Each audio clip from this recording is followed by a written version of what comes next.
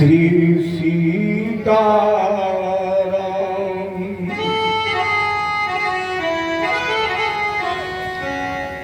जय जय श्री सीताराम।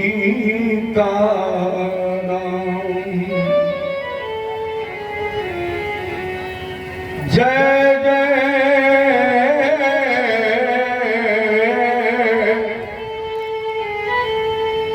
श्री सीताराम।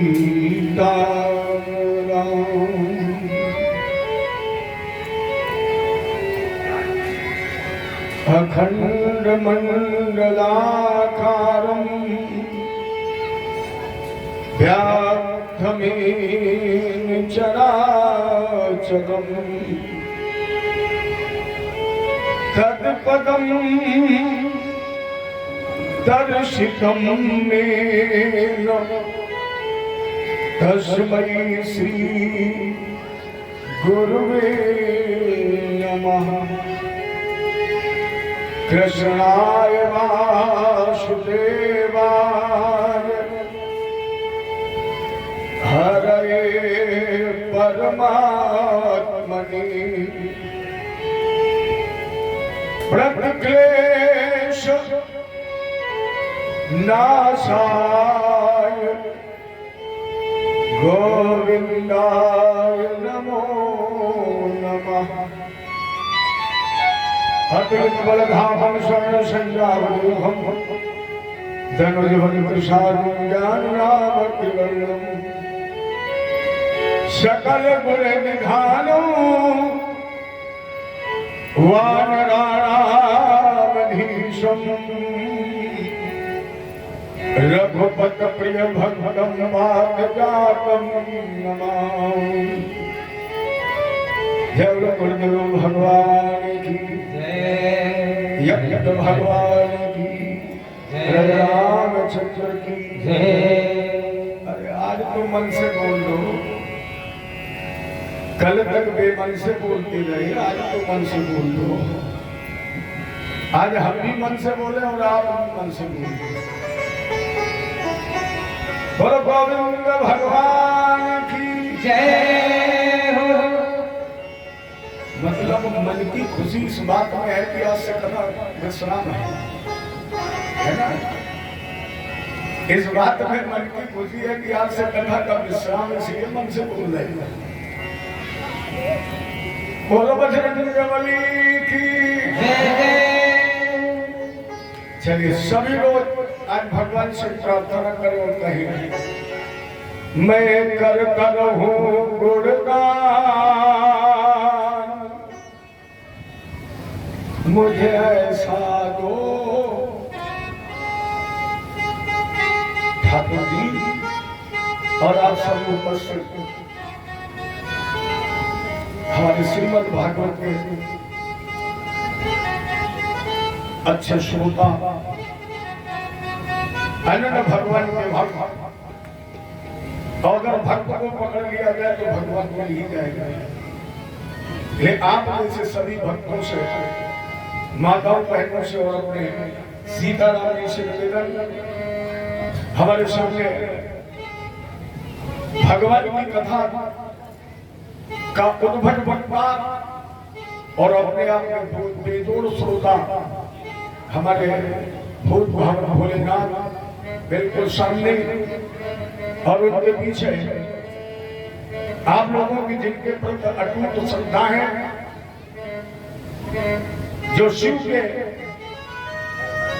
बिल्कुल सामने है, क्योंकि शिव में सब उत्तराभिमुख और उनके ठीक सामने हमारे समाधिस्थ भ्राता संत भगवान श्री राधेश्याम जी और हमारे ठीक दाहिनी तरफ हमारे गुरुदेव भगवान।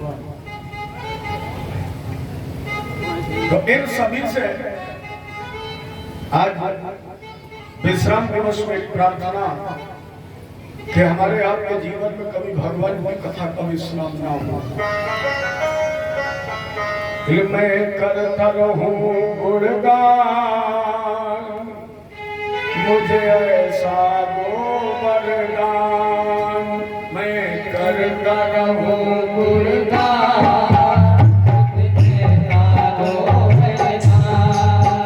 मैं करता रहूं गुणगान, मुझे ऐसा दो वरदान।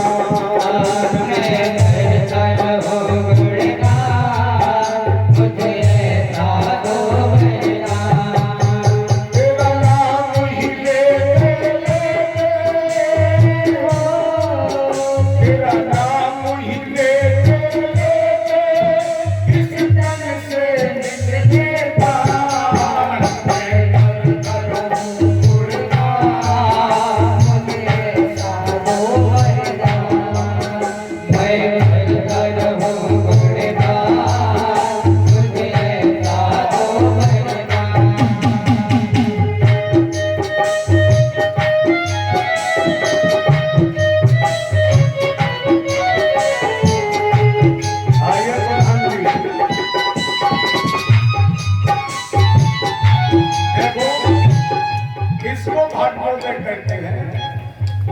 ये करहल से आगे केवल आपकी आज कथा सुनने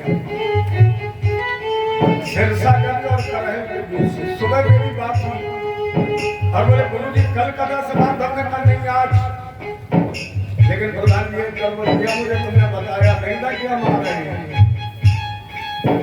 मैं करता रहूं गुणगान, मुझे ऐसा दो वरदान।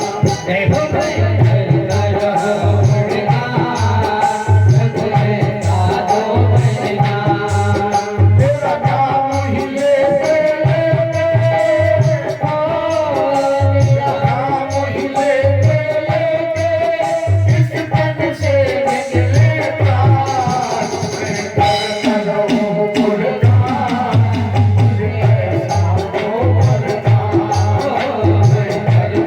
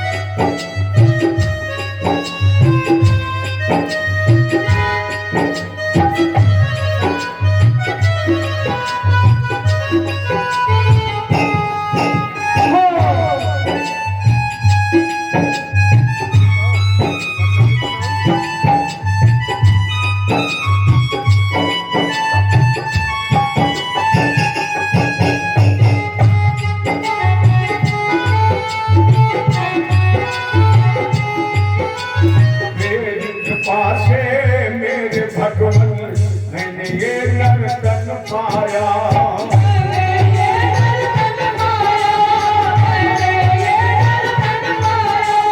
तेरी कृपा से मेरे भगवान मैंने ये नर्तन पाया।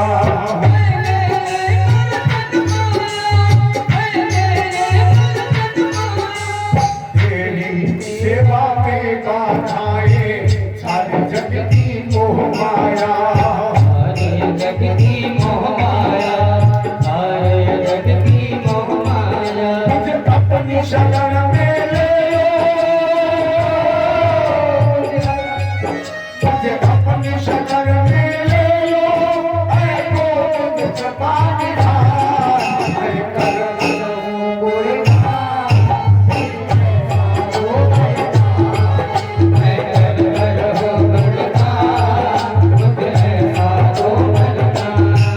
तेरा नाम ही लेते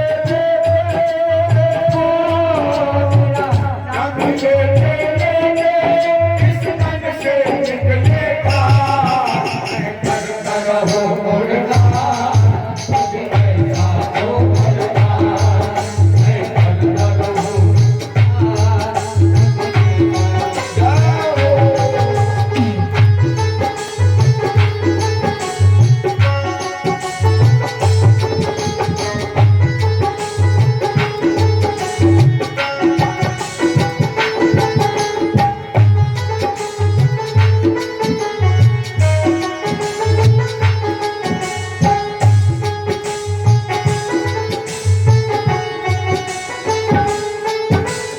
मीरा नरसी जैसी मुझको दुख सहने की शक्ति दो। सहने की शक्ति दो, दुख सहने की शक्ति दो। मीरा नरसी जैसी मुझको दुख सहने की शक्ति दो। दुख सहने की शक्ति दो, दुख सहने की शक्ति दो। ना हो पथ से भगवान ऐसे मुझको भक्ति दो। ऐसी मुझको भक्ति दो, ऐसी मुझको भक्ति दो।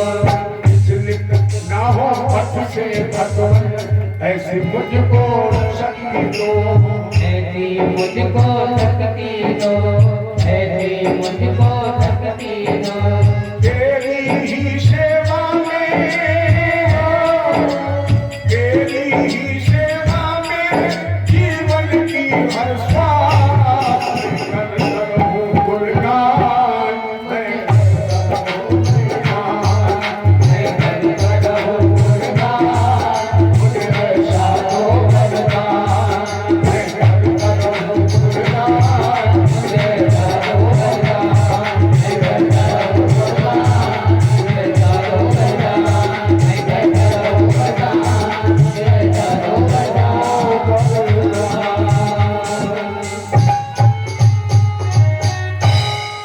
मैं करता रहूं गुणगान, मुझे ऐसा दो वरदान। और मीरा नरसी जैसी मुझको दुख सहने की शक्ति दो। क्योंकि जो भी व्यक्ति भगवत पथ पर चलता है, जो व्यक्ति सत्य पथ पर चलता है, जो व्यक्ति धर्म न्याय के पथ पर चलता है, निश्चित रूप से जीवन में अन्याय बाधाओं का सामना करना पड़ता है। आपने हमारे लोगों में भी जीवन में बाधाएं आती हैं। ये ठाकुर से प्रार्थना करो कि अगर बाधाएं आए तो हमारे हृदय में कितनी ताकत देखी। अरे मीरा नरसी जैसी मुझको दुख सहने की शक्ति दो। मीरा ने राज छोड़ दिया, भगवान को नहीं छोड़ा। नरसी ने दुनिया की दौलत लुटा दी, लेकिन परमात्मा को नहीं छोड़ा। लोग कहते हैं भगवान कलयुग में नहीं मिलते। ज्यादातर लोग यही शिकायत करेंगे भगवान कलयुग में नहीं मिलते। आज आप लोग बताना, नरसी को भगवान कब मिले? कलयुग में। मीरा को भगवान कब मिले? कलयुग में। कबीर को भगवान कब मिले? कलयुग में सूर को भगवान कब मिले, कलयुग में तुलसी को भगवान कब मिले। प्रमाणित है। आप लोगों ने तो कहते चित्रकूट की घाट पर बड़ी संतन की भीड़ और तुलसीदास चंदन घिसे तिलक दे। वृंदावन में हरदास महाराज को बिहारी जी कब मिले, कलयुग में। क्योंकि आज भी वृंदावन में 4 चीजें असली हैं, सब कुछ नकली हो वृंदावन में, लेकिन 4 चीजें जो भगवान के समय थी वो आज भी हैं और वो प्रत्यक्ष फल देती हैं। उसमें सबसे पहला है गोवर्धन, गिरिराज भगवान। दूसरे आज भी पैरी है वृंदावन धाम में भगवान कृष्ण की पत्नी कृष्णा माने यमुना जी। और तीसरी निधवन सेवा कुंज, जब भगवान रास राशेश्वरी महारानी राधा जी के साथ महाराज, उस महाराज की चरण धूली, चरण रज मिट्टी। और इसके बाद असली हमारे बिहारी जी। बिहारी जी की मूर्ति किसी मूर्तिकार ने नहीं बनाई। हरदास महाराज जो पूर्व जन्म में ललिता नाम की सखी थे, यही हरदास बने और इन्होंने संगीत साधना के माध्यम से परमात्मा को स्वयं प्रकट किया है। ये स्वयं प्रकट है। तो आज भी 4 चीजें वृंदावन में ऐसी हैं। अगर मीरा को भगवान ले सकते हैं, कलयुग में अगर तुलसी को, नरसी को भगवान मिल सकते हैं, ये कोई बहुत 10-20 हजार वर्ष की बात नहीं है, सब 500 वर्ष के अंतराल की है। तो अगर इनको भगवान मिल सकते हैं तो हमें आपको परमात्मा क्यों नहीं मिल सकता है? कोशिश करके तो देखो। एक उर्दू के विद्वान ने लिखा है, कोशिशें कामयाब होती हैं, बागे टूट जाते हैं, लेकिन कोशिश कामयाब होती है। आप कोशिश करके तो देखिए, हारिए वरना हिम्मत, बिसारिए राम, वीर तुम बढ़े चलो, हीर तुम बढ़े चलो। आएंगे मार्ग में बहुत व्यवधान और कांटे। अच्छा, जब आप रास्ते पर चलते तो कांटे लगते हैं, क्या आप चलना बंद कर देते हैं? कांटा लगता है, निकाल कर फेंक दे तो फिर अपने लक्ष्य की तरफ चलते हो। प्यारे, उसी तरह लक्ष्य बनाइए, परमात्मा मिलन। जितने भी कांटे रास्ते में लगे, एक एक करके निकालते जाओ तो निश्चित लक्ष्य तक पहुंच जाओगे। ये मीरा नरसी जैसी मुझको दुख सहने की शक्ति दो, विचलित ना हो पथ से भगवान, ऐसी मुझको भक्ति दो। क्योंकि तेरी ही सेवा में जीवन की हो हर श्वास, मैं करतन हूँ गुणगान, मुझे दो ऐसा वरदान। राजन, वास्तव में तुम बड़भागी हो, क्योंकि आपने अपने पुरुषार्थ के द्वारा धनोपार्जन किया और वो धन जब हमने आपने ठाकुर जी की सेवा में प्रस्तुत किया, कृपा उनकी जो उन्होंने इस धन को ग्रहण कर लिया। क्योंकि परमात्मा सबका तन नहीं लेता है, परमात्मा सबका मन नहीं लेता है, और परमात्मा सबका धन भी नहीं लेता है। तन मन धन भगवान सबका नहीं लेता है। मैंने अपने जो भागवत कथा वाचकी की उम्र है, इसमें बहुत से ऐसे लोगों को देखा है जो कथा की तैयारी करते करते चले गए, कथा नहीं हो पाई। तो शायद भगवान का तन मन धन नहीं लिया। आपने जो पुरुषार्थ, धर्म, न्याय से धनोपार्जन किया, ठाकुर जी के श्री चरणों में रखा और उन्होंने स्वीकार कर लिया, बदले में हमें एक फल दे दिया, भागवत की अमर कथा। अब जो वस्तु हम भगवान पर चढ़ा देते हैं, बचता है उसे क्या कहते हैं? जो हम राजा, जो हम भगवान पर चढ़ा देते हैं, इसके बाद जो बचता है हमारे हाथ में उसे क्या कहते हैं? प्रसाद। हमने धन भगवान को समर्पित किया। आज के बाद जो भी मेरे पास बचेगा वो सब भगवान का प्रसाद होगा। हमने 7 दिन के लिए भगवान को अपने जीवन की हर सांस समर्पित कर दी, तो आज के बाद हमारे पास जो सांस बचेगी, आज के पास जो हमारा जीवन बचेगा, ये क्या होगा? भगवान का प्रसाद। ऐसे प्रसाद समझ करके ग्रहण करिए और प्रसाद समझ करके इसे स्वीकार करिए। मैंने अब इसका उपयोग करिए, उपयोग नहीं, अब इसका सदुपयोग करिए, सदधर्म में लगाइए। रही मरने की बात, ये शाश्वत सत्य है जो सदा सदा से चल रहा है, चलता था और चलता रहेगा। अगर आप यहां से नहीं जाएंगे या हम यहां से नहीं जाएंगे, तो जो हमारे पीछे आने वाले हैं उनके लिए जगह खाली होगी। अब भरथना स्टेशन पर खड़े होंगे और आपको काबा जाना है, पैसेंजर की टिकट हो और पैसेंजर आकर के चली जाए, आप उस पर न बैठे तो जो पीछे तूफान आता है उसकी सवारी के प्लेटफॉर्म खाली होगा। और नहीं खाली करोगे और आगे कहीं टिकट चेक करने वाला होगा, 2-4 सिपाही होंगे, या तो जेल में डाल देगा या 4 डंडे मार प्लेटफॉर्म में डाल खाली करा देगा। तो ये मरना तो हो सकता है। तुम्हारा जीवन इसलिए धन्य है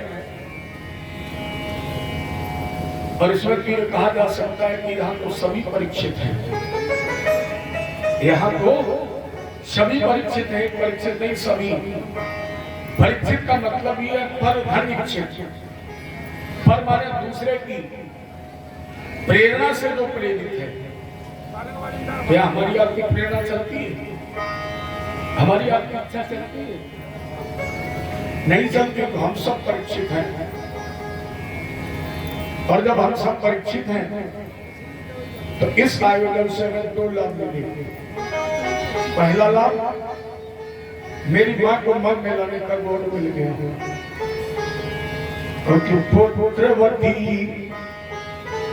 युवती जग सोई और रघुपति भगति जास सुत होई। आज के बाद तुम्हारी मां को मन में लाने का गौरव मिल गया। दूसरा लाभ, अरे सोई पावने सोई शुभगे शरीरा, सोई पावने सोई शुभगे शरीरा, जो धन पाए अजय रघुवीरा,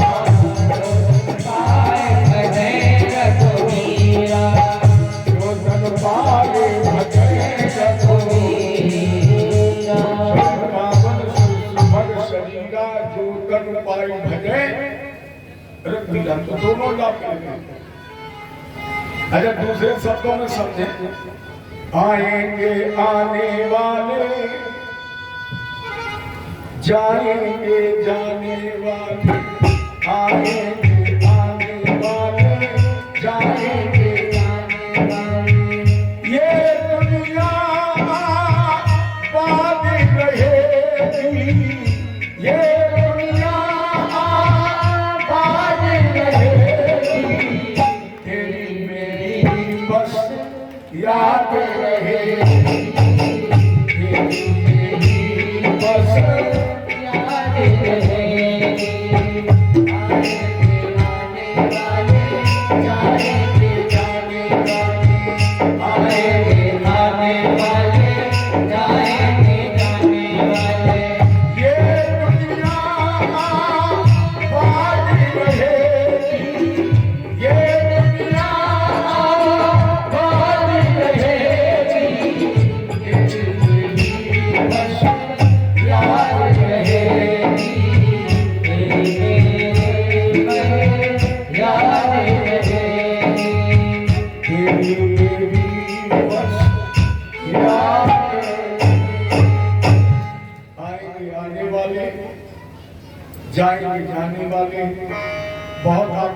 सामने आ रहे हैं, बहुत आपके सामने जा रहे हैं। जगह अगर कहीं 1 इंच खाली हो रही हो तो बताओ, कहीं खाली हो तो? अरे तुम जगह तो छोड़ो, खाली तो करो। तुम्हारी जगह तो बैठने वाले बहुत तैयार हैं, कब्जेदार हैं। राजा ने तुम बर्बादी हो। आज के बाद तुम्हें भगवत प्रसाद में जो मिला उसका सत्संग करो, और उसमें बहुत निर्मल चर्चा आपके सामने चल रही। रुक्मिणी जी का मंगल, रुक्मिणी मंगल की चर्चा आपके सामने चल रही थी। अच्छा, भैया जानकी जी ने एक बड़ी अच्छी विधा डाली है रामायण में कि अगर माँ को प्रसन्न करना हो, किसी महिला को प्रसन्न करना हो, तो सबसे पहले उसके मायके की तारीफ करते हैं। और मायके की तारीफ से प्रसन्न ना हो तो पति चाहे जैसा हो, पति की बड़ाई के कुर्बान हो, और फिर भी कम प्रसन्न हो तो बेटे चाहे जैसे हो, चोर हो डाकू की तारीफ कर दो। देखो मैं नहीं कह रहा, जानकी जी ने क्या किया? जय जय जय गिरिराज किशोरी, कम प्रसन्न हुई तो बोले जय महेश मुख चंद्र चकोरी, जय गज बदन खलानन माता। अरे किसी के बेटे का पूरा शरीर मानव का हो, अब उसका मुंह और सर हाथी का हो, अच्छा है। कोई तारीफ करेगा कि तुम्हारा बेटा बहुत अच्छा है, हाथी से मुंह है, और एक नहीं 6-6 सर हैं। लेकिन मैया जी जानती थी प्रसन्न हो जाएंगे अगर बेटों की तारीफ कर देंगे। तो जय गज बदन खलानन माता, जगत जनन दामिन दुतिया। पर मिला, और भैया यही रुक्मिणी जी ने भी दिया। भगवान को रथ लिए पहले से तैयार कर रहे थे। रुक्मिणी जी का हरण कर लिया, और हरण करके गांधार से प्रथम विवाह भगवान ने किया। यही से भगवान कृष्ण का एक नाम रुक्मिणी कृष्ण पड़ा। जब रुक्मिणी कृष्ण भगवान की कामस्तु वासुदेवांशो प्रयाग रुद्र मन्मना प्रद्युम्न विख्यातो सर्वतो गौमा पितु। प्रथम पुत्र भगवान कृष्ण के होगा जिसका नाम रखा गया प्रद्युम्न, लेकिन कामदेव का स्वरूप था। जैसे इसका जन्म हुआ तम संवरण कामरूपी हरता तो निर्दर्शन संवरण नाम के दैत्य ने इसका हरण कर लिया, समुद्र में फेंक दिया। समुद्र में इस बच्चे को एक मछली ने निकल लिया, लेकिन एक मरा नहीं। पहली बात तो यह है कि जैसे लोग हनुमान जी का प्रसंग पढ़ते हैं तो उसमें एक प्रश्न करते हैं कि हनुमान जी का बेटा इतना बड़ा हो गया जो अपने पिता से ही लड़ गया। मतलब इसका वैज्ञानिक कारण यह है कि मछली गर्भ में बच्चा केवल 4 दिन रखती है। जैसे हम आप किसी नारी के गर्भ में 9 मास रहते हैं, लेकिन मछली 4थे दिन बच्चे को जन्म देती है।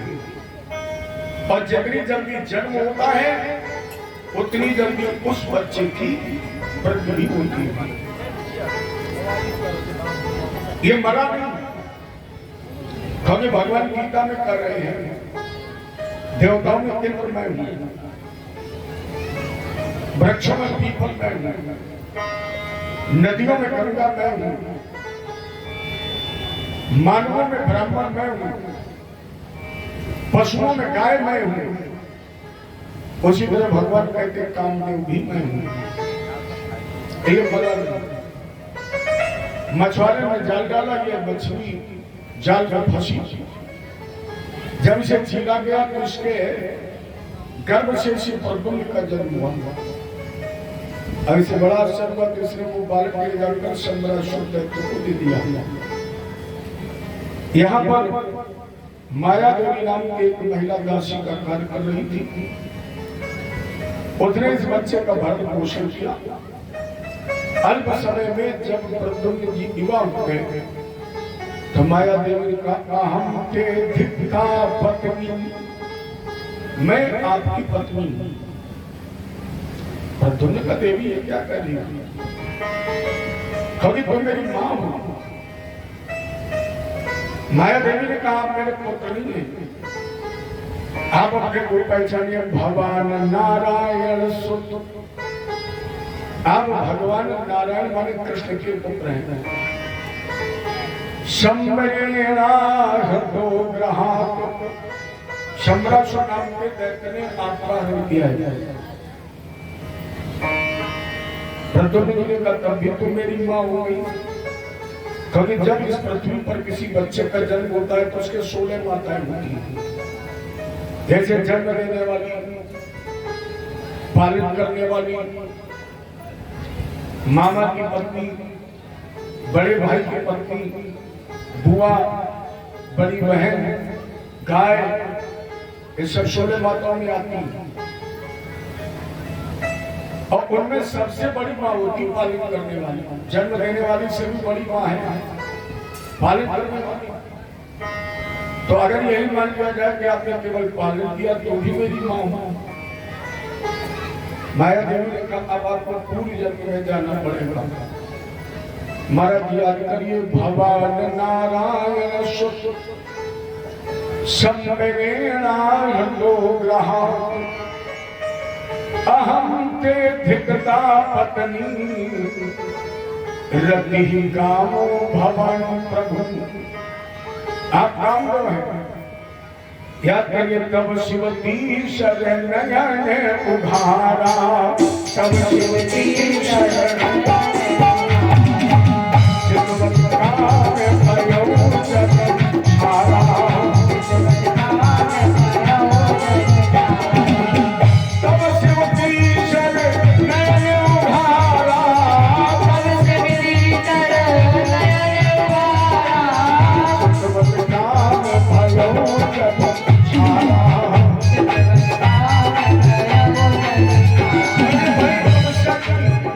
शंकर जी ने मुझे बदनाम किया था जब यदुवंश कृष्ण अवतारा,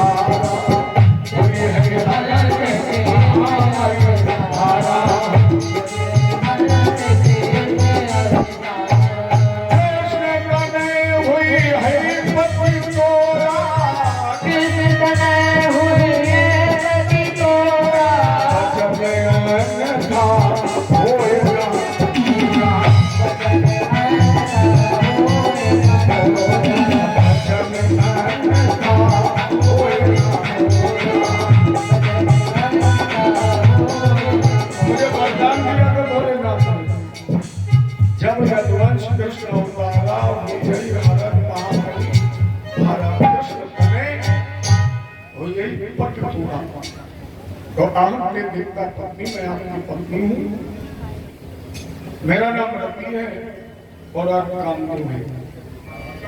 जब प्रद्युम्न को अपने पूर्व जन्म का स्मरण हुआ, महामाया का ज्ञान प्राप्त करके इन्होंने संबरासुर दैत्य का उद्धार किया और अपनी पत्नी रति जी के साथ द्वारका प्रवेश में राजा ने भगवान का प्रथम विवाह और प्रथम पुत्र के साथ पुत्र का विवाह और भगवान के कुल विवाह हुए हैं।